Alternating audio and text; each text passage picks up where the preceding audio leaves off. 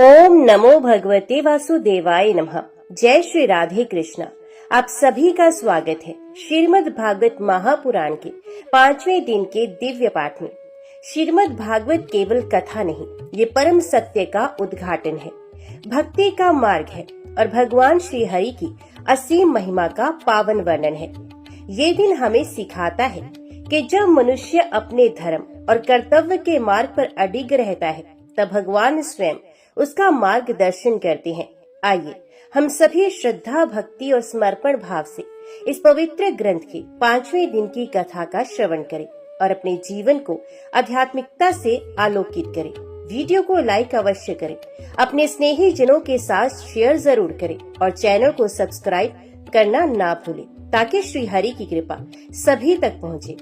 ओम नमो भगवते वासुदेवाय नमः। भरतवंश शिरोमणि। भोजन करते करते ग्वाल बाल भगवान की रसमयी लीला में तन्मय हो गए। उसी समय उनके बछड़े हरी हरी घास के लालच से घोर जंगल में बड़ी दूर निकल गए। जब ग्वाल बालों का ध्यान उस ओर गया, तब वे भयभीत हो गए। उस समय अपने भक्तों के भय को भगा देने वाले श्री भगवान श्री कृष्ण ने कहा, मेरे प्यारे मित्रों, तुम लोग भोजन करना बंद मत करो, मैं बछड़ों को लिए आता हूँ। ग्वाल बालों से इस प्रकार कहकर भगवान श्री कृष्ण हाथ में दही भात का कोर लिए ही पहाड़ों, गुफाओं, कुंजों एवं अन्य भयंकर स्थानों में अपने तथा साथियों के बछड़ों को ढूंढने के लिए चल दिए। परीक्षित, ब्रह्मा जी पहले से ही आकाश में उपस्थित थे। प्रभु के प्रभाव से अघासुर का मोक्ष देकर उन्हें बड़ा आश्चर्य हुआ। उन्होंने सोचा कि लीला से मनुष्य बालक बने हुए भगवान श्री कृष्ण कोई और मनोहर महिमामयी लीला देखनी चाहिए। ऐसा सोचकर उन्होंने पहले तो बछड़ों को और भगवान श्री कृष्ण के चले जाने पर ग्वाल बालों को भी अन्यत्र ले जाकर रख दिया और स्वयं अंतर्ध्यान हो गए। अंततः वे जड़ कमल की ही तो संतान है। भगवान श्री कृष्ण बछड़े न मिलने पर यमुना जी पुलिन पर लौट आए, परंतु यहाँ क्या देखते हैं कि ग्वाल बाल भी नहीं है। तब उन्होंने वन में घूम घूम कर चारों ओर उन्हें ढूंढा, परंतु जब वे ग्वाल बाल और बछड़े उन्हें कहीं नहीं मिले, तब वे तुरंत जान गए कि ये सब ब्रह्मा की करतूत है। वे तो सारे विश्व की एकमात्र ज्ञाता है। अब भगवान श्री कृष्ण ने बछड़ों और ग्वाल बालों की माताओं को तथा ब्रह्मा जी को भी आनंदित करने के लिए अपने आप को ही बछड़ों और ग्वाल बालों दोनों के रूप में बना लिया, क्योंकि वे ही संपूर्ण विश्व के कर्ता सर्वशक्तिमान ईश्वर है। परीक्षित, वे बालक और बछड़े संख्या में जितने थे, जितने छोटे और छोटे या बड़े उनके शरीर थे, उनके हाथ पैर जैसे जैसे थे, उनके पास जितनी और जैसी छड़ियां, सीगी, बांसुरी, पत्ते और छीके थे, जैसे और जितने वस्त्र आभूषण थे, उनके शील, स्वभाव, गुण, नाम, रूप और अवस्थाएं जैसी थी। जिस प्रकार खाते पीते और चलते थे, ठीक वैसे ही और उतने ही रूपों में सर्वस्वरूप भगवान श्री कृष्ण प्रकट हो गए। उस समय ये संपूर्ण जगत विष्णु रूप है। ये वेद वाणी मानो मूर्तिमती होकर प्रकट हो गई।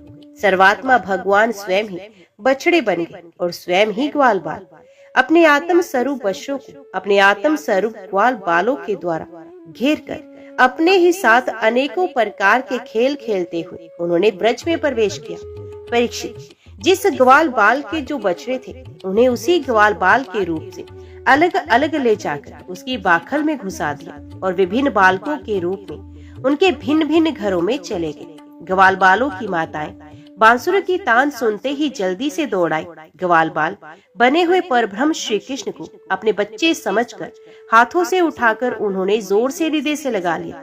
वे अपने स्तनों से वात्सल्य स्नेह की अधिकता के कारण सुधा से भी मधुर और आसव से भी मादक दूध उन्हें पिलाने लगे। इसी प्रकार प्रतिदिन संध्या समय भगवान श्री कृष्ण उन ग्वाल बालों के रूप में वन से लौट आते और अपनी अपनी बाल सुलभ लीलाओं से माताओं को आनंदित करते। वे माताएं उन्हें उपटन लगाती, नहलाती, चंदन का लेप करती और अच्छे अच्छे वस्त्रों तथा गहनों से सजाती।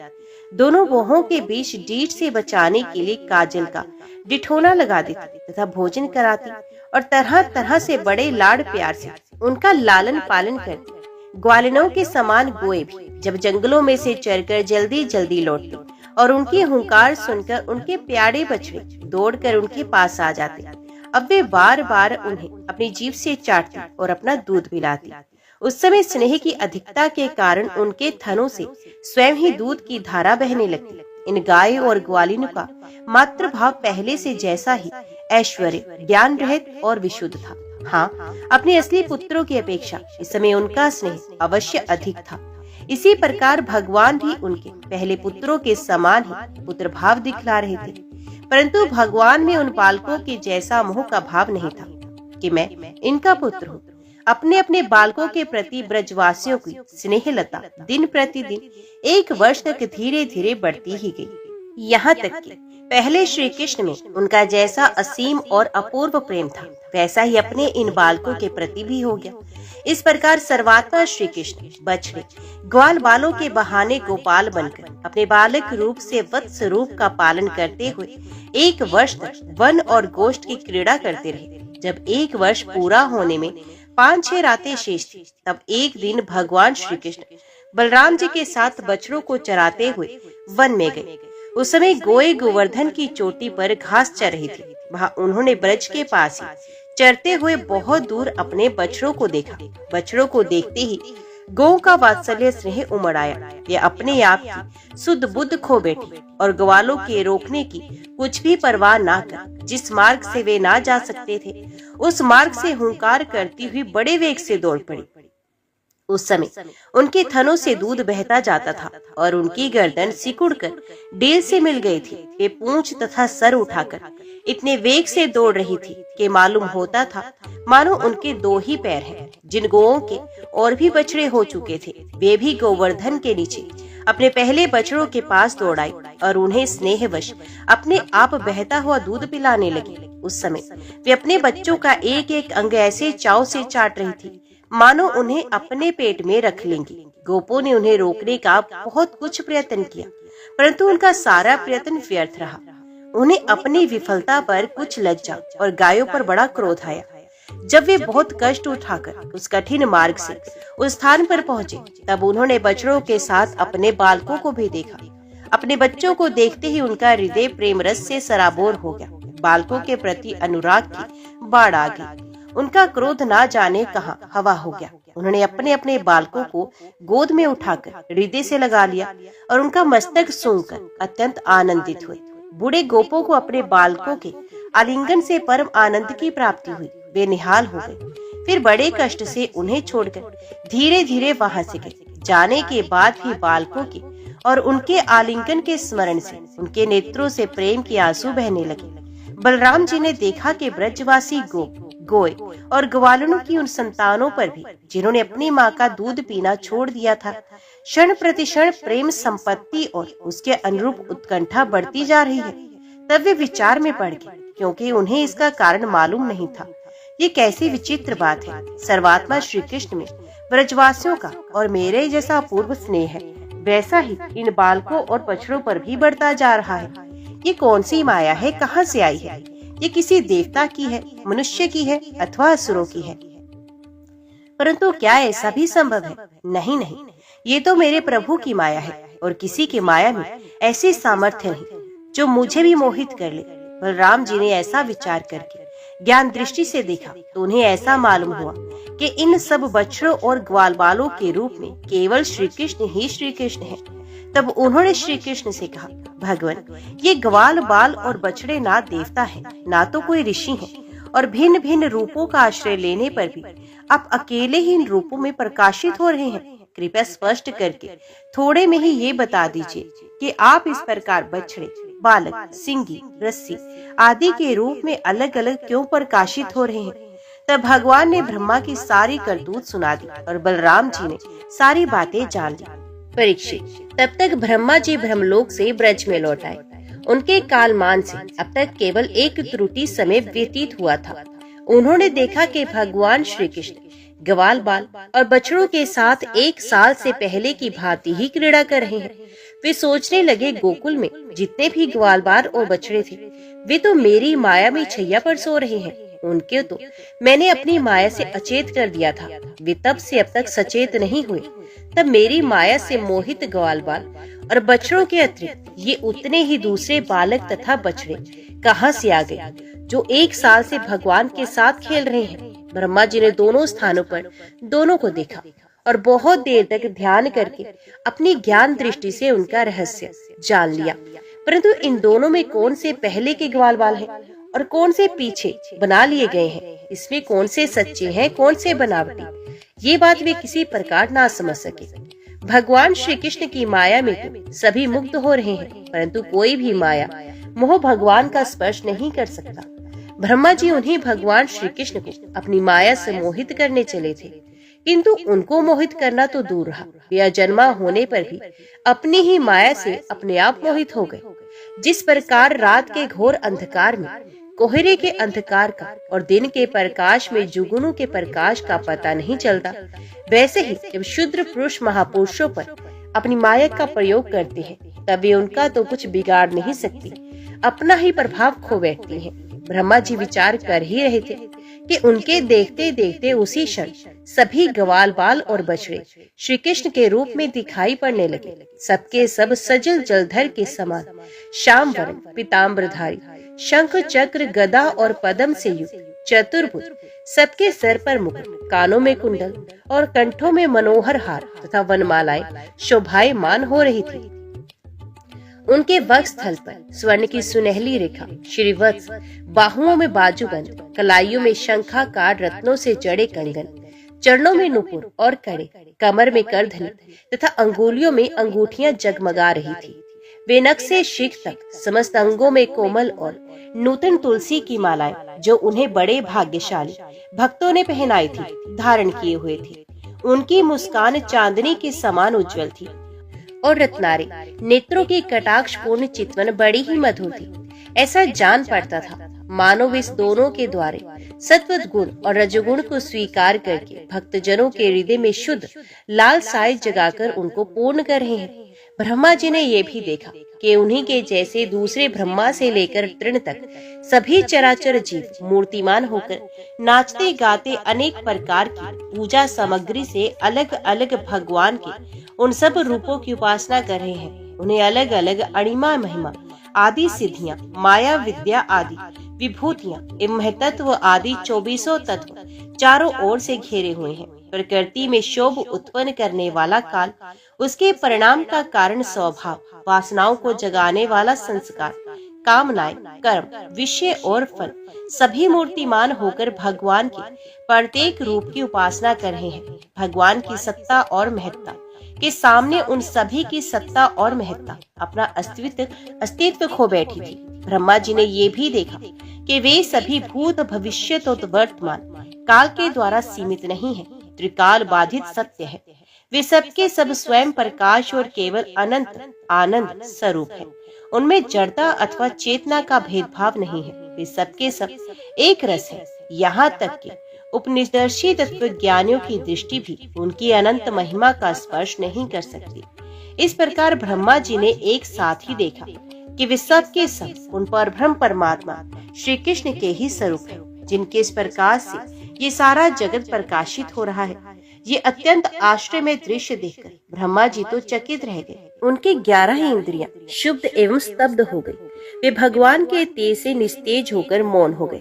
उस समय वे ऐसे स्तब्ध होकर खड़े रह गए मानो ब्रज के अधिष्ठात्र देवता के पास एक पुतली पड़ी हो। परीक्षित, भगवान का स्वरूप तर्क से परे है, उसकी महिमा असाधारण है। वे स्वयं प्रकाश, आनंद स्वरूप और माया से अतीत है। वेदांत भी साक्षात रूप से उनका वर्णन करने में असमर्थ है, इसलिए उससे भिन्न का निषेध करके आनंद स्वरूप ब्रह्म का किसी प्रकार कुछ संकेत करता है। यद्यपि ब्रह्मा जी समस्त विद्याओं के अधिपति हैं, तथापि भगवान के दिव्य स्वरूप को वे तनिक भी ना समझ सके।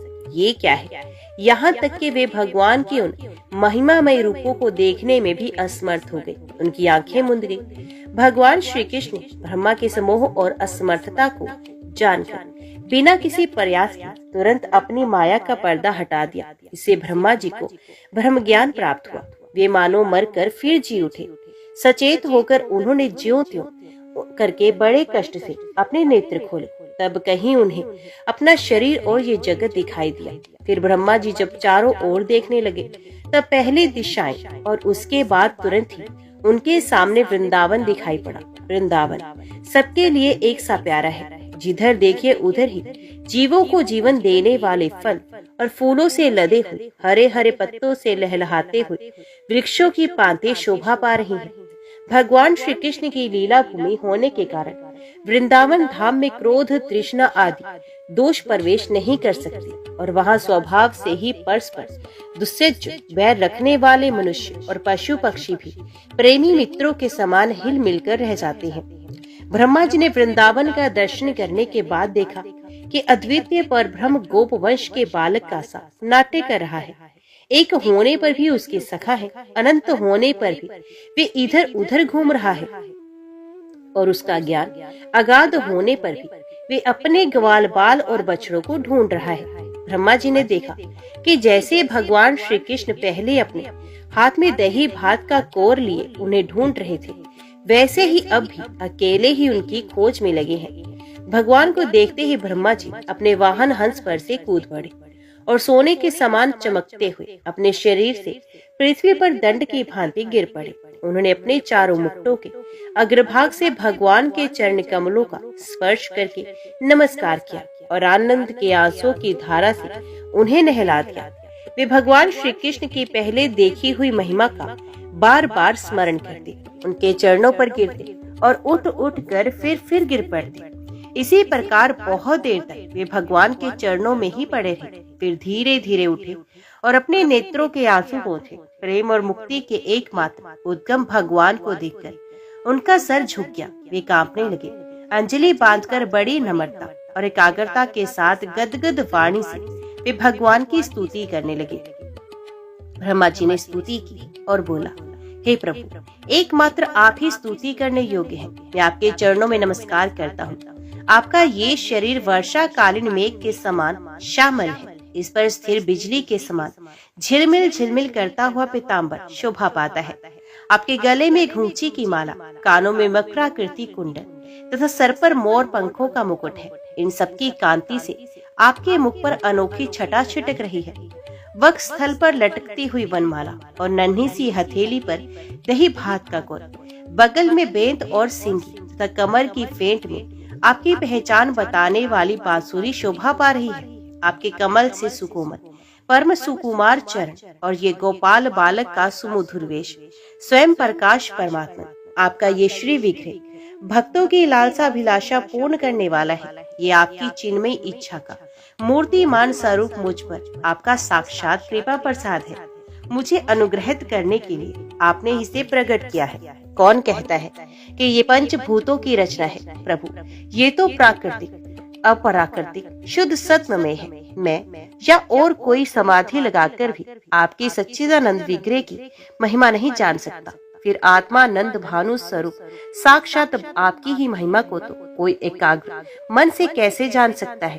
प्रभु, जो लोग ज्ञान के लिए प्रयत्न ना करके अपने स्थान में ही स्थित रहकर केवल सत्संग करते हैं और आपके प्रेमी संत पुरुषों के द्वारा गई हुई आपकी लीला कथा को जो उन लोगों के पास रहने से अपने आप सुनने को मिलती है, शरीर, वाणी और मन से विनयावनत होकर सेवन करते हैं, यहाँ तक कि उसे ही अपना जीवन बना लेते हैं, उसके बिना जी नहीं सकते। प्रभु, यद्यपि आप पर त्रिलोकी में कोई कभी विजय नहीं प्राप्त कर सकता, फिर भी वे आप पर विजय प्राप्त कर लेते हैं। आप उनके प्रेम के अधीन हो जाते हैं। भगवान, आपकी भक्ति सब प्रकार से कल्याण का मूल स्रोत उद्गम है। जो लोग उसे छोड़कर केवल ज्ञान की प्राप्ति के लिए श्रम उठाते और दुख भोगते हैं, उनको बस क्लेश ही क्लेश हाथ लगता है और कुछ नहीं। जैसे थोथी भूसी कूटने वाले को केवल श्रम ही मिलता है, चावल नहीं। हे च्युत, हे अनंत, इस लोकों में पहले भी बहुत से योगी हो गए हैं। जब उन्हें योगादि के द्वारा अपनी प्राप्ति आपकी प्राप्ति ना हुई, तब उन्होंने अपने लौकिक और वैदिक समस्त कर्म आपके चरणों में समर्पित कर दिए। उन समर्पित कर्मों से तथा आपकी लीला कथा से उन्हें आपकी भक्ति प्राप्त हुई। उस भक्ति से ही आपके स्वरूप का ज्ञान प्राप्त करके उन्होंने बड़ी सुगमता से आपके परम पद की प्राप्ति कर ली। हे अनंत, आपके सगुण निर्गुण दोनों स्वरूपों का ज्ञान कठिन होने पर भी निर्गुण स्वरूप की महिमा इंद्रियों का प्रत्याहार करके शुद्धांतकरण से जानी जा सकती है। जानने की प्रक्रिया ये है कि विशेष आकर के प्रत्याग पूर्वक आत्मा का अंतकरण का साक्षात्कार किया जाए। यात्वाकार घटपटादि रूप के समान गया नहीं है, प्रत्युत आवरण का भंग मात्र है। ये साक्षात्कार, ये भ्रम है। मैं भ्रम को जानता हूँ, इस प्रकार नहीं, किंतु स्वयं प्रकाश रूप से ही होता है। परंतु भगवान, जिन समर्थ पुरुषों ने अनेक जन्मों तक परिश्रम करके पृथ्वी का एक एक परमाणु, आकाश के हिमकण तथा उसमें चमकने वाले नक्षत्र एवं तारों तक को गिन डाला है, उसमें भी भला ऐसा कौन हो सकता है जो आपके सगुण स्वरूप के अनंत गुणों को गिन सके। प्रभु, आप केवल संसार के कल्याण के लिए ही अवतीर्ण हुए हैं। सो भगवान, आपकी महिमा का ज्ञान तब बड़ा ही कठिन है। इसलिए जो पुरुष क्षण क्षण पर बड़ी उत्सुकता से आपकी कृपा का ही भली भांति अनुभव करता रहता है और प्रारब्ध के अनुसार जो कुछ सुख या दुख प्राप्त होता है उसे निर्विकार मन से भोग लेता है, एवं जो प्रेम पूर्ण हृदय, गदगद वाणी और पुलकित शरीर से अपने को आपके चरणों में समर्पित करता रहता है, इस प्रकार जीवन व्यतीत करने वाला पुरुष ठीक वैसे ही आपके परम पद का अधिकारी हो जाता है जैसे अपने पिता की संपत्ति का पुत्र। प्रभु, मेरी कुटिलता तो देखिए। आप अनंत आदि पुरुष परमात्मा और मेरे जैसे बड़े बड़े मायावी आपकी माया के चक्र में हैं। फिर भी मैंने आप पर अपनी माया फैलाकर अपना ऐश्वर्य दिखाना चाहा। प्रभु, मैं आपके सामने हूँ ही क्या आग के सामने चिंगारी भी कुछ गिनती है? भगवान, मैं रजोगुण से उत्पन्न हुआ हूँ। आपके स्वरूप को मैं ठीक नहीं जानता, इसी से अपने को आपसे अलग संसार का स्वामी माने बैठा था। मैं अजन्मा जगत करता हूँ। इस मायाकृत मोह के घने अंधकार से मैं अंधा हो रहा था। इसलिए आप ये समझकर कि ये मेरे ही अधीन है, मेरा भृत्य है, इस पर कृपा करनी चाहिए। मेरा अपराध क्षमा कर दीजिए मेरे स्वामी। प्रकृति, महतत्व, अहंकार, आकाश, वायु, अग्नि, जल और पृथ्वी रूप आवरणों से घिरा हुआ ये ब्रह्मांड ही मेरा शरीर है और आपके एक एक रोम के छिद्र में ऐसे अगिनत ब्रह्मांड उसी प्रकार उड़ते पड़ते रहते हैं जैसे झरोखों की जाली में से आने वाली सूर्य की किरणों में रज के छोटे छोटे परमाणु उड़ते हुए दिखाई पड़ते हैं। कहाँ अपने परमाणु से 3.5 हाथ के शरीर वाला अत्यंत शुद्ध मैं, और कहाँ आपकी अनंत महिमा। मृत्यु की पकड़ में ना आने वाले परमात्मा जब बच्चा माता के पेट में रहता है तब अज्ञानवश अपने हाथ पैर पीटता है, परंतु क्या माता उसे अपराध समझती है या उसके लिए कोई अपराध होता है और नहीं है? इन शब्दों से कही जाने वाली कोई भी वस्तु ऐसी है क्या जो आपकी कोख के भीतर ना हो? श्रुतियाँ कहती हैं कि जिस समय तीनों लोक प्रलय कालीन जल में लीन थे, उस समय उस जल में स्थित श्री नारायण के नाभि कमल से ब्रह्मा का जन्म हुआ। उनका ये कहना किसी प्रकार असत्य नहीं हो सकता। तब आप भी बताइए प्रभु, क्या मैं आपका पुत्र नहीं हूँ? प्रभु, अब समस्त जीवों की आत्मा है, इसलिए आप नारायण हैं। अब समस्त जगत के और जीवों के अधीश्वर हैं, इसलिए भी आप नारायण हैं। अब समस्त लोकों के साक्षी हैं, इसलिए भी आप नारायण हैं। नर से उत्पन्न होने वाले जल में निवास करने कारण जिन्हें नारायण कहा जाता है, वे भी आपके ही एक अंश हैं। वे अंश रूप से दिखना भी सत्य नहीं है, आपकी माया ही है। भगवान, यदि आपका विराट स्वरूप सचमुच उस समय जल में ही था तो मैंने उसी समय क्यों नहीं देखा, जबकि मैं कमल नाल के मार्ग से उसे 100 वर्ष तक जल में ढूंढता रहा। फिर मैंने जब तपस्या की तब उसी समय मेरे हृदय में उसका दर्शन कैसे हो गया? फिर कुछ ही क्षणों में वे पुनः क्यों नहीं दिखा? अंतर ध्यान क्यों हो गया? माया का नाश करने वाले प्रभु, दूर की बात कौन करे, अभी इसी अवतार में अपने इस बाहर दिखने वाले जगत को अपने पेट में ही दिखा दिया, जिसे देखकर माता यशोदा चकित हो गई। इससे यही सिद्ध होता है कि ये संपूर्ण विश्व केवल आपकी माया ही माया है। जब आपके सहज ये संपूर्ण विश्व जैसा बाहर दिखता है वैसा ही आपके उदर में भी दिखा, तब क्या ये सब आपकी माया के बिना ही आपने प्रतीत हुआ? अवश्य ही आपकी लीला है। उस दिन की बात जानिए, आज की ही लीजिए। क्या आज आपने मेरे सामने अपने अतिरिक्त संपूर्ण विश्व को अपनी माया का खेल नहीं दिखाया? पहले आप अकेले थे, फिर संपूर्ण ग्वाल बाल, बछड़े और छड़ी छीके भी आप ही हो गए। उसके बाद मैंने देखा कि आपके वे सब रूप चतुर्भुज हैं और मेरे सहित सबके सब तत्व उनकी सेवा कर रहे हैं। आपने अलग अलग उतने ही ब्रह्मांडों का रूप भी धारण कर लिया, परंतु अब आप केवल अपरिमित अद्वितीय ब्रह्म रूप से ही शेष रह गए हैं, जो लोग अज्ञानवश आपके स्वरूप को नहीं जानते, उन्हीं को आप प्रकृति में स्थित जीव के रूप में प्रतीत होते हैं और उन पर अपनी माया का पर्दा डालकर सृष्टि के समय मेरे ब्रह्मा रूप से, पालन के समय अपने विष्णु रूप से और संहार के समय रुद्र के रूप में प्रतीत होते हैं। प्रभु, आप सारे जगत के स्वामी और विधाता है। अजन्मा होने पर भी आप देवता, ऋषि, मनुष्य, पशु, पक्षी और जलचर आदि योनि में अवतार ग्रहण करते हैं, इसलिए कि इन रूपों के द्वारा दुष्ट पुरुषों का घमंड तोड़ दे और सत्पुरुषों पर अनुग्रह करे। भगवान, आप अनंत परमात्मा और योगेश्वर हैं। जिस समय आप अपनी योग माया का विस्तार करके लीला करने लगते हैं, उस समय त्रिलोकी में ऐसा कौन है जो ये जान सके कि आपकी लीला कहाँ, किस लिए, कब और कितनी होती है।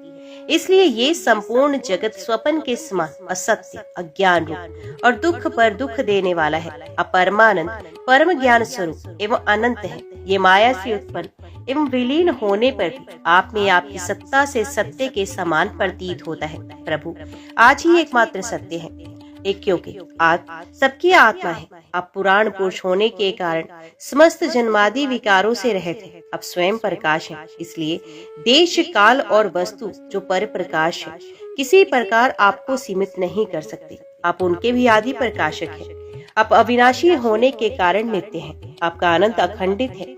आप में ना तो किसी प्रकार का मल है, न अभाव। आप पूर्ण है, एक है। समस्त उपाधियों से मुक्त होने के कारण आप अमृत स्वरूप है। आपका ये ऐसा स्वरूप सब समस्त जीवों का ही अपना स्वरूप है, जो गुरु रूप सूर्य से तत्व ज्ञान रूप दिव्य दृष्टि प्राप्त करके उससे आप अपने स्वरूप के रूप में साक्षात्कार कर लेती हैं। इस झूठे संसार सागर को मानो पार कर जाते हैं। जो पुरुष परमात्मा को आत्मा के रूप में नहीं जानते, उन्हें उस अज्ञान के कारण ही इस नाम रूपात्मक निखिल प्रपंच की उत्पत्ति का भ्रम हो जाता है, किंतु ज्ञान होते ही इसका अत्यंतिक प्रलय हो जाता है। जैसे रस्सी के भ्रम के कारण ही सांप की प्रतीति होती है और भ्रम के निर्वृत्त होते ही उसकी निवृत्ति हो जाती है। संसार संबंधी बंधन और उससे मोक्ष, ये दोनों ही नाम अज्ञान से कल्पित है।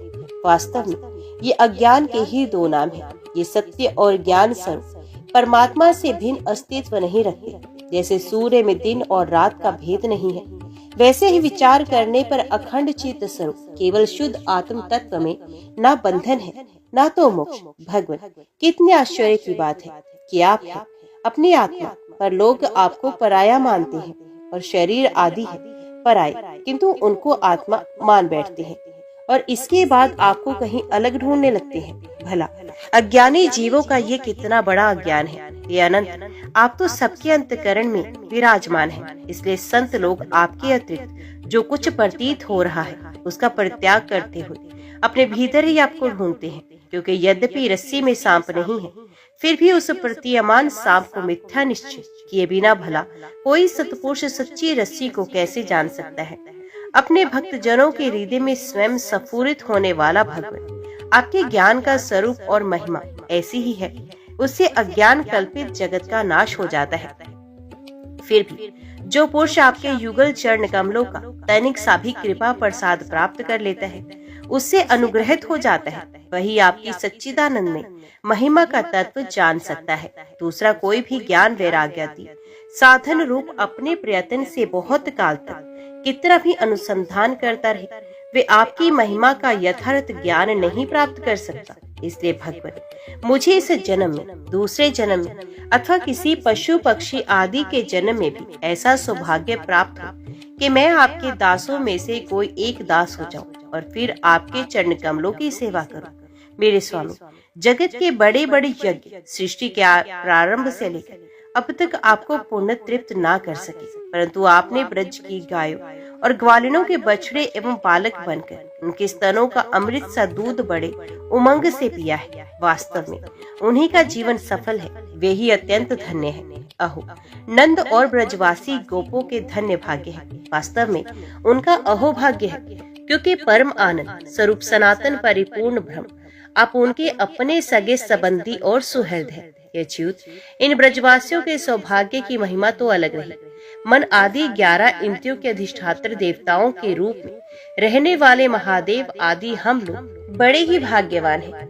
क्योंकि इन ब्रजवासियों की मन आदि 11 इंद्रियों को प्याले बनाकर हम आपके चरण कमलों का अमृत से भी मीठा, मदिरा से भी मादक, मधुर मकरंद रसपान करते रहते हैं। जब उसका एक एक इंद्रिय से पान करके हम धन्य धन्य हो रहे हैं, तब समस्त इंद्रियों से उसका सेवन करने वाले ब्रजवासियों की तो बात ही क्या। प्रभु, इस ब्रजवासी के एक किसी वन में और विशेष करके गोकुल में किसी भी योनि में जन्म हो जाए, यही हमारे लिए बड़े सौभाग्य की बात होगी। क्योंकि यहाँ जन्म हो जाने पर आपके किसी न किसी प्रेमी के चरणों की धूली अपने ऊपर पड़ ही जाएगी। प्रभु, आपके प्रेमी ब्रजवासियों का संपूर्ण जीवन आपका ही जीवन है। आप ही उनके जीवन की एकमात्र सर्वस्व है। किसी वन में और विशेष करके गोकुल में किसी भी योनि में जन्म हो जाए, यही हमारे लिए बड़े सौभाग्य की बात होगी। क्योंकि यहाँ जन्म हो जाने पर आपके किसी न किसी प्रेमी के चरणों की धूली अपने ऊपर पड़ ही जाएगी। प्रभु, आपके प्रेमी ब्रजवासियों का संपूर्ण जीवन आपका ही जीवन है। आप ही उनके जीवन के एकमात्र सर्वस्व हैं। इसलिए उनके चरणों की धूली मिलना आपके ही चरणों की धूली मिलना है। और आपके चरणों की धूली को तो श्रुतियां भी अनादि काल से अब तक ढूंढ ही रही हैं। देवताओं के भी आराध्य देव प्रभु, इन ब्रजवासियों को इनकी सेवा के बदले आप क्या फल देंगे? संपूर्ण फलों के फलस्वरूप आपसे बढ़कर और कोई फल नहीं। ये सोचकर मेरा चित्त मोहित हो रहा है। आप उन्हें अपना स्वरूप भी देकर उड़ीण नहीं हो सकते, क्योंकि आपके स्वरूप को तो उस पूतना ने भी अपने संबंधियों अघासुर, बकासुर आदि के साथ प्राप्त कर लिया, जिसका केवल वेश ही साध्वी स्त्री का था, पर जो हृदय से महान क्रूर थी। फिर जिन्होंने अपने घर, धन, स्वज, प्रिय शरीर, पुत्र, प्राण और मन सब कुछ आपके ही चरणों में समर्पित कर दिया है, जिनका सब कुछ आपके लिए है, उन ब्रजवासियों को भी वही फल देकर आप कैसे ऋण हो सकते हैं? सच्चिदानंद स्वरूप श्याम सुंदर तभी तक राग, द्वेष आदि चोरों के समान सर्वस्व अपहरण करते रहते हैं। तभी तक घर और उसके संबंधी कैद की तरह संबंध के बंधनों में बांध रखते हैं, और तभी तक मोह पैर की बेड़ियों की तरह जकड़े रखते हैं, जब तक जीव आपका नहीं हो जाता।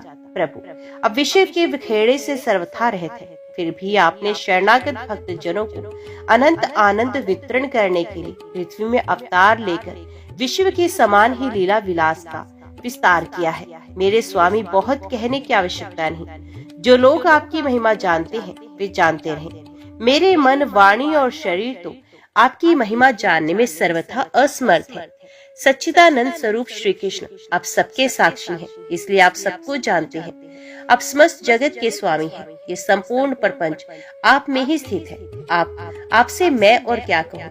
अब आप मुझे स्वीकार कीजिए, मुझे अपने लोक में जाने की आज्ञा दीजिए। सबके मन प्राण को अपने रूप माधुर्य से आकर्षित करने वाले श्याम सुंदर, आप यदुवंश रूपी कमल को विकसित करने वाले सूर्य हैं। प्रभु, पृथ्वी देवता, ब्राह्मण और पशु रूप समुद्र की अभिवृद्धि करने वाले चंद्रमा भी आप हैं। आप अखंडियों के धर्म रूप रात्रि का घोर अंधकार नष्ट करने के लिए सूर्य चंद्रमा दोनों के समान है। पृथ्वी पर रहने वाले राक्षसों के नष्ट करने वाले आप चंद्रमा, सूर्य आदि समस्त देवताओं के भी परम पूजनीय है। भगवान, मैं अपने जीवन भर महाकल्प पर्यंत आपको नमस्कार ही करता रहूं। परीक्षित, संसार के रचयिता ब्रह्मा जी ने इस प्रकार भगवान श्री कृष्ण की स्तुति की। इसके बाद उन्होंने 3 बार परिक्रमा करके उनके चरणों में प्रणाम किया और फिर अपने गंतव्य स्थान सत्यलोक में चले गए। ब्रह्मा जी ने बछड़ों और ग्वाल बालों को पहले ही यथास्थान पहुंचा दिया था। भगवान श्री कृष्ण ने ब्रह्मा जी को विदा कर दिया और बछड़ों को लेकर यमुना जी के पुलिन की ओर आ गए, जहाँ वे अपने सखा ग्वाल बालों को पहले छोड़ गए थे। परीक्षित, अपने जीवन सर्वस्व प्राण वल्लभ श्री कृष्ण के वियोग में यद्यपि 1 वर्ष बीत गया था, तथापि उन ग्वाल बालों को ये समय आधे क्षण के समान जान पड़ा। क्यों ना हो, भगवान की विश्व विमोहिनी योग माया से मोहित जो हो रहे थे, जगत के सभी जीव उसी माया से मोहित होकर शास्त्रों और आचार्यों के बार बार समझाने पर भी अपनी आत्मा को निरंतर भूल गए हैं। वास्तव में उस माया की ऐसी ही शक्ति है, भला उससे मोहित होकर जीव यहाँ क्या क्या नहीं भूल जाते। परीक्षित, भगवान श्री कृष्ण को देखते ही ग्वाल बालों ने बड़ी उतावली से कहा, भाई तुम भले आए, स्वागत है स्वागत। अभी तो हमने तुम्हारे बिना एक और भी नहीं खाया। आओ इधर आओ, आनंद से भोजन करो। तब हंसते हुए भगवान ने ग्वाल बालों के साथ भोजन किया और उन्हें अघासुर के शरीर का ढांचा दिखाते हुए वन से ब्रज में लौट आए। श्री कृष्ण के सर पर मोरपंख का मनोहर मुकुट और घुंघराले बालों में सुंदर सुंदर महकते हुए पुष्प गूंथ रहे थे। नई नई रंगीन धातुओं से श्याम शरीर पर चित्रकारी की हुई थी। वे चलते समय रास्ते में उच्च स्वर से कभी बांसुरी, कभी पत्ते और कभी सिंगी बजाकर वाद उत्सव में मगन हो रहे थे। पीछे पीछे ग्वाल बाल उनकी लोक पावन कीर्ति का गान करते जा रहे हैं। कभी वे नाम ले लेकर अपने बच्चों को पुकारते हैं, तो कभी उनके साथ लाड लड़ाते हुए आते हैं। मार्ग के दोनों ओर गोपियां खड़ी हैं। जब वे कभी तिरछे नेत्रों से उनकी नजर में नजर मिला देती हैं, तब गोपियां आनंद मुग्ध हो जाती हैं। इस प्रकार भगवान श्री कृष्ण ने गोष्ठ में प्रवेश किया। परीक्षित, उसी दिन बालकों ने ब्रज में जाकर कहा कि आज यशोदा मैया के लाडले नंद नंदन ने वन में एक बड़ा भारी अजगर मार डाला है और उससे हम लोगों की रक्षा भी की है। ब्राह्मण, ब्रजवासियों के लिए श्री कृष्ण अपने पुत्र नहीं थे, दूसरे के पुत्र थे। फिर उनका श्री कृष्ण के प्रति इतना प्रेम कैसे हुआ? ऐसा प्रेम तो उनका अपने बालकों पर भी नहीं था। आप कृपा करके बताइए, इसका क्या कारण था? राजा परीक्षित के पूछने पर श्री सुखदेव जी कहते हैं, राजन, संसार के सभी प्राणी अपनी आत्मा से ही सबसे बढ़कर प्रेम करते हैं। पुत्र से, धन से या किसी से जो प्रेम होता है वे तो इसलिए है कि वे वस्तुएं अपने आत्मा को प्रिय लगती हैं। राजेंद्र, यही कारण है कि सभी प्राणियों को अपनी आत्मा के प्रति जैसा प्रेम होता है वैसा अपने कहलाने वाले पुत्र, धन और ग्रह आदि से भी होता है। राजन, जो लोग देह को आत्मा मानते हैं वे भी अपने शरीर से जितना प्रेम करते हैं उतना प्रेम शरीर के संबंधी, पुत्र, मित्र आदि से नहीं करते। जब विचार के द्वारा ये मालूम हो जाता है कि ये शरीर मैं नहीं हूँ और ये शरीर मेरा है, तभी शरीर से भी आत्मा के समान प्रेम नहीं रहता। यही कारण है कि इस देह के जीर्ण शीर्ण हो जाने पर भी जीने की आशा प्रबल रूप से बनी रहती है। इससे ये बात सिद्ध होती है कि सभी प्राणी अपने आत्मा से ही सबसे बढ़कर प्रेम करते हैं और उसी के लिए इस सारे चराचर जगत से भी प्रेम करते हैं। इन श्री कृष्ण को ही तुम सब आत्माओं का आत्मा समझो। संसार के कल्याण के लिए ही योग माया का आश्रय लेकर वे यहाँ देहधारी के समान जान पड़ते हैं। जो लोग भगवान श्री कृष्ण के वास्तविक स्वरूप को जानते हैं उनके लिए तो इस जगत में जो कुछ भी चराचर पदार्थ है अथवा इससे परे परमात्मा, ब्रह्मा, नारायण आदि जो भगवत स्वरूप है सभी श्री कृष्ण स्वरूप ही हैं। श्री कृष्ण के अतिरिक्त और कोई प्राकृतिक, अप्राकृतिक वस्तु है ही नहीं। सभी वस्तुओं का अंतिम रूप अपने कारण में स्थित होता है। उस कारण के भी परम कारण है भगवान श्री कृष्ण। तब भला बताओ किस वस्तु को श्री कृष्ण से भिन्न बतलाए? जिन्होंने पुण्य कीर्ति मुकुंद मुरारी के पदपल्लव की नौका का आश्रय लिया है, जो कि सत्पुरुषों को सर्वस्व है, उनके लिए ये भव सागर बछड़े के खुर के खड्डे के समान है। उन्हें परम पद की प्राप्ति हो जाती है और उनके लिए विपत्तियों का निवास स्थान ये संसार नहीं रहता। तुमने मुझसे पूछा था कि भगवान के 5वें वर्ष की लीला ग्वाल बालों ने 6ठे वर्ष में कैसे कही। उसका सारा रहस्य मैंने तुम्हें बताया।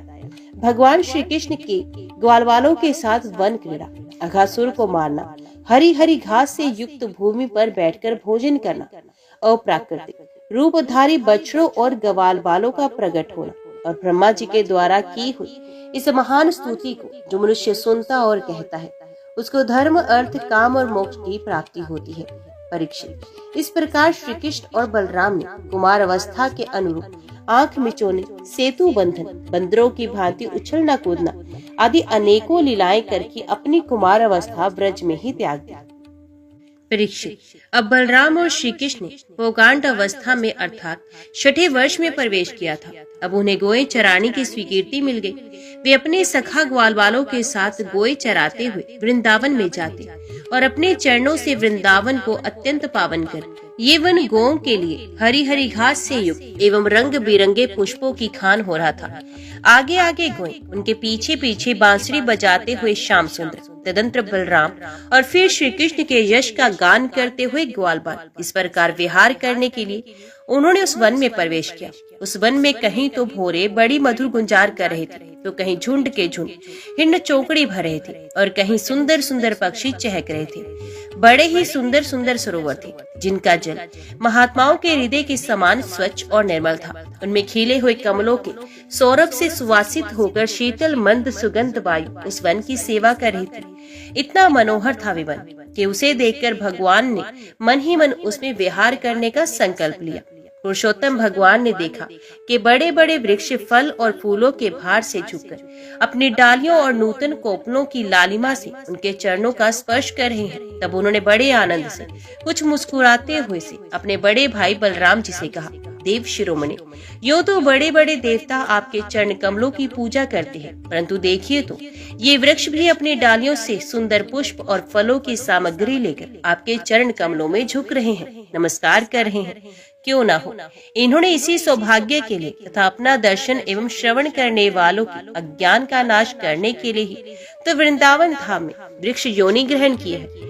इनका जीवन धन्य है। आदि पुरुष, यद्यपि आप इस वृंदावन में अपने ऐश्वर्य रूप को छिपाकर बालकों की सी लीला कर रहे हैं, फिर भी आपके श्रेष्ठ भक्त मुनिगण अपने इष्ट देव को पहचान कर यहाँ भी पराय भोरों के रूप में आपके भुवन यवन यश का निरंतर गान करते हुए आपके भजन में लगे रहते हैं।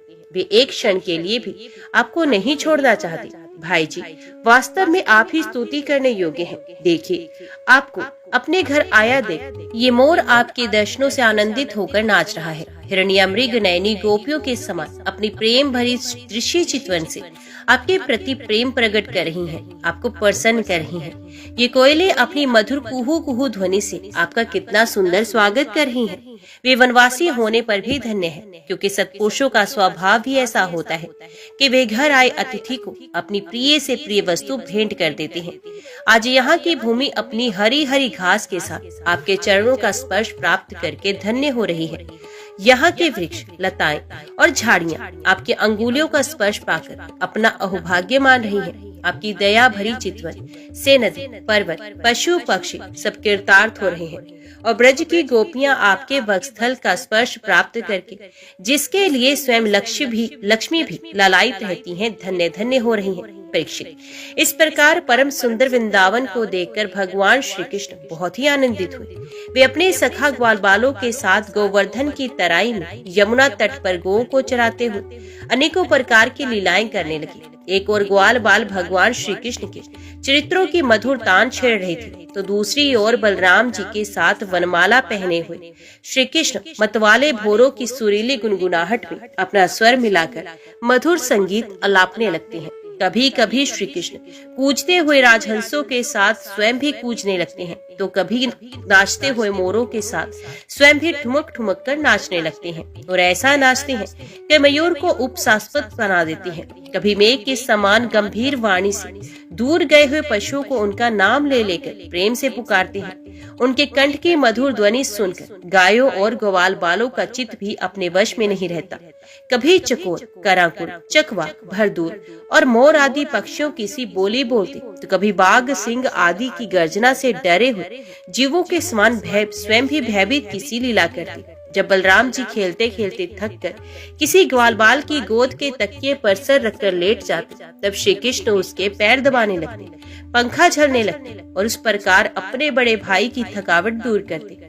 जब ग्वाल बाल नाचने लगते अथवा ताल ठोक ठोक कर एक दूसरे से कुश्ती लड़ने लगते, तब श्याम और राम दोनों भाई हाथ में हाथ डालकर खड़े हो जाते और हंस हंस कर वाह वाह करते। कभी कभी स्वयं श्री कृष्ण भी ग्वाल बालों के साथ कुश्ती लड़ते, थक जाते तथा किसी सुंदर वृक्ष के नीचे कोमल पल्लवों की सेज पर किसी ग्वाल बाल की गोद में सर रखकर लेट जाते। उस समय कोई कोई पुण्य की मूर्तिमान स्वरूप ग्वाल बाल महात्मा श्री कृष्ण के चरण दबाने लगते और दूसरे निष्पाप बालक उन्हें बड़े बड़े पत्तों या अंगोशियों से पंखा झलने लगते। किसी किसी के हृदय में प्रेम की धारा उमड़ आती, तो वे धीरे धीरे उदय शिरोमणि परम मनस्वी श्री कृष्ण की लीलाओं के अनुरूप उनके मन को प्रिय लगने वाले मनोहर गीत गाने लगते। भगवान ने इस प्रकार अपनी योग माया से अपने ऐश्वर्य में स्वरूप को छिपा रखा था। वे ऐसी लीलाएं करते जो ठीक ठाक गोप बालकों की सी मालूम पड़ती। स्वयं भगवती लक्ष्मी जिनके चरण कमलों की सेवा संलग्न रहती हैं, वे ही भगवान इन ग्रामीण बालकों के साथ बड़े प्रेम से ग्रामीण खेल खेला करते थे। ऐसा होने पर भी कभी कभी उनकी ऐश्वर्यमय लीलाएं भी प्रकट हो जाया करती। बलराम जी और श्री कृष्ण के सखाओं में एक प्रधान गोप बालक थे श्रीदामा। एक दिन उन्होंने तथा सुबल और सतोक कृष्ण आदि ग्वाल बालों ने श्याम और राम से बड़े प्रेम के साथ कहा, हम लोगों को सर्वदा सुख पहुंचाने वाले बलराम जी, आपके बाहुबल की तो कोई था ही नहीं। हमारे मनमोहन श्री कृष्ण, दुष्टों को नष्ट कर डालना तो हमारा स्वभाव ही है। यहाँ से थोड़ी ही दूर पर एक बड़ा भारी वन है, बस उसे पांत के पांत ताड़ के वृक्ष भरे पड़े हैं। वहाँ बहुत से ताड़ के फल पक पकाकर गिरते रहते हैं और बहुत से पहले के गिरे हुए हैं, परंतु वहाँ धेनुक नाम का एक दुष्ट दैत्य रहता है। उसने उन फलों को रोक लगा रखी है। बलराम जी और भैया श्री कृष्ण, वे दैत्य गधे के रूप में रहता है। वे स्वयं तो बड़ा बलवान है ही, उसके साथ ही और भी बहुत से उसी के समान बलवान दैत्य उसी रूप में रहते हैं। मेरे शत्रुघाती भैया, उसे दैत्य ने अब तक ना जाने कितने मनुष्यों को खा डाला है। यही कारण है कि उसके डर के मारे मनुष्य उसका सेवन नहीं करते और पशु पक्षी भी उस जंगल में नहीं जाते। उसके फल है तो बड़े सुगंधित, परंतु हमने कभी नहीं खाए। देखो ना, चारों ओर उन्हीं की मंद मंद सुगंध फैल रही है। तनिक सा ध्यान देने से उसका रस मिलने लगता है। श्री कृष्ण, उनकी सुगंध से हमारा मन मोहित हो गया है और उन्हें पाने के लिए मन मचल रहा है। तुम हमें वे फल अवश्य खिलाओ। दाऊ दादा, हमें उन फलों की बड़ी उत्कट अभिलाषा है। आपको रुचे तो वहाँ अवश्य चलिए। अपने सखा ग्वाल बालों की ये बात सुनकर भगवान श्री कृष्ण और बलराम जी दोनों हंसे और फिर उन्हें प्रसन्न करने के लिए उनके साथ तालवन के लिए चल पड़े। उस वन में पहुंचकर बलराम जी ने अपनी बाहों से उड़ताड़ के पेड़ों को पकड़ लिया और मतवाले हाथी के बच्चे के समान उन्हें बड़े जोर से हिलाकर बहुत से फल नीचे गिरा दिए। जब गधे के रूप में रहने वाले दैत्य ने फलों के गिरने का शब्द सुना, तब वे पर्वतों के साथ सारी पृथ्वी को कंपाता हुआ उनकी ओर दौड़ा। वे बड़ा बलवान था। उसने बड़े वेग से बलराम जी के सामने आकर अपने पिछले पैरों से उनकी छाती में दुलत्ती मारी और इसके बाद वे दुष्ट बड़े और जोर से रेंगता हुआ वहाँ से हट गया। राजन, वे गधा क्रोध में भरकर फिर रेंगता हुआ दूसरी ओर बलराम जी के पास पहुंचा और उनकी ओर पीठ करके फिर बड़े क्रोध में अपने पिछले पैरों की दुलत्ती चलाई। बलराम जी ने अपने एक ही हाथ से उसके दोनों पैर पकड़ लिए और उसे आकाश में घुमाकर एक ताड़ के पेड़ पर दे मारा। घुमाते समय उस गधे के प्राण पखेरु उड़ गए। उसके गिरने की चोट से वे महान ताड़ का वृक्ष, जिसका ऊपरी भाग बहुत विशाल था, स्वयं तो तड़तड़ाकर गिर ही पड़ा। सटे हुए दूसरे वृक्ष को भी उसने तोड़ डाला। उसने तीसरे को, तीसरे ने चौथे को, इस प्रकार एक दूसरे को गिराते हुए बहुत से ताड़ के वृक्ष गिर पड़े। बलराम जी के लिए तो ये एक खेल था, परंतु उनके द्वारा फेंके हुए गधे के शरीर से चोट खा खाकर वहाँ सबके सब ताड़ हिल गए। ऐसा जान पड़ा मानो सबको झंझावत न झंकोर दिया। भगवान बलराम स्वयं जगदीश्वर है। उनमें ये सारा संसार ठीक वैसे ही ओत प्रोत है जैसे सूतों में वस्त्र।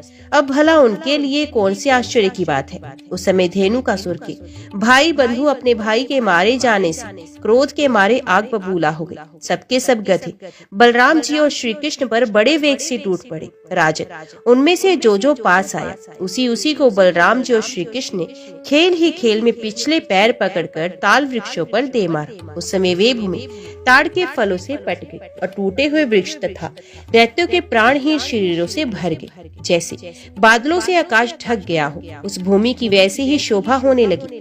बलराम जी और श्री कृष्ण की ये मंगल में लीला देखकर देवतागण उन पर फूल बरसाने लगे और बाजे बजा बजाकर स्तुति करने लगे। जिस दिन धेनुकासुर मरा, उसी दिन से लोग निडर होकर उस वन के ताल फल खाने लगे तथा पशु भी स्वच्छंदा के साथ घास चरने लगे।